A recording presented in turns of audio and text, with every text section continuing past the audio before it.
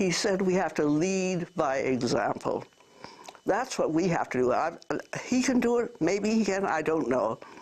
But we had charismatic leaders in the 60s, and they almost all got gunned down. And if we depend so much on charismatic leaders, not only are they in danger, but we do not exercise our capacities in relationship to our situations to create the world anew. And that's where we are. What about Barack Obama's stance on health care, which is not very different from Hillary Clinton or John Edwards? Not at all. I mean, his is just as much in sort of the box of the insurance companies as Hillary's. And that's why I think that Kucinich's policy of a single-payer system is much more progressive, not only for the health of our bodies, but for the health of our minds and our spirits. But it's not a question. This is not a question. We are not at a time where we debate policy. I remember when I was in the radical movement, how we debate policies, how we had this phrase, critical support. And we were actually trying to vie with other people for leadership. And I don't think that's where we are now. I think we're redefining leadership. We're understanding that leadership has within it the complexities of fellowship. And that fellowship is not what we need. That we have to become the leaders we're looking for in relationship to our local daily circumstances. Last night in the debate in Myrtle Beach in South Carolina, Hillary Clinton said to Barack Obama, yes, you admirably opposed the war in 2002, yet you took the speech that you gave in your fierce opposition to the war off your website, and then you ultimately voted again and again for funding for this war. Your response to that, Grace Lee Boggs?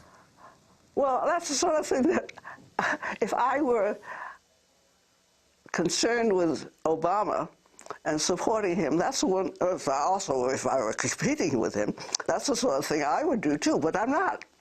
What I'm trying to do is encourage the capacities, the energy, the creativity, the imagination that exists in people at the grassroots to redefine and rebuild our society if we want to live in freedom from terror. We have to begin looking at ourselves, redefining who we are, redefining who this country is, and reassessing what it is within our capacity to do. Can you talk about what you think the most important turning points in history have been in your lifetime? Well, Rebecca Solnit wrote a wonderful article on the revolution of the snails, and it was on Common Dreams last Wednesday. She's a wonderful person, by the way, a remarkable writer. And I think that, for me, the turning point was the Montgomery bus boycott, when a concept of revolution emerged that was different from revolutions that people had embraced and tried to carry out in the late 19th and early 20th century. Revolutions which were chiefly to take power, and which we subsequently discovered made those of us who were struggling to take power very much like those from whom we'd taken the power. And in 1955, in response to the brutality of Southern racism, hundreds of thousands of ordinary Alabamans in Montgomery carried out a boycott of more than 1 year of the Montgomery buses, in which they showed that there's an opportunity for a new society to be built on people who are transforming themselves and who are not just opposing those who oppress them. Grace Lee Boggs, we only have 30 seconds, but I wanted to ask if you see some kind of similar movement needed today around the issue of the Iraq War that goes on despite the lack of attention to it in the yes, presidential I think debates. The difficulty with most of the opposition to the war is it's only opposition.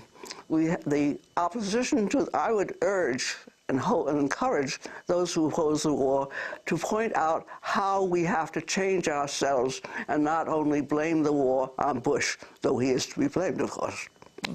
Grace Lee Boggs, I want to thank you very much for joining us, legendary civil rights activist speaking to us from Detroit, Michigan. Her autobiography is called Living for Change.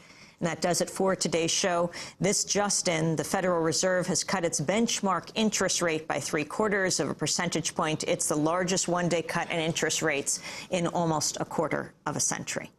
Democracy Now! Is produced by Mike Burke, Shruf Abdel-Kadus, Aaron Mate, Angelique Kamet, Jeffrey Hagerman, Steve Martinez, Nicole Salazar, Robbie Karen, Mike DeFilippo, Miguel Noguera, Peter Curry's our engineers. On January 29th, I'll be at the 92nd Street Y interviewing Dennis Kucinich. Our website, democracynow.org. I'm Amy Goodman. Thanks for joining us. This is Democracy Now!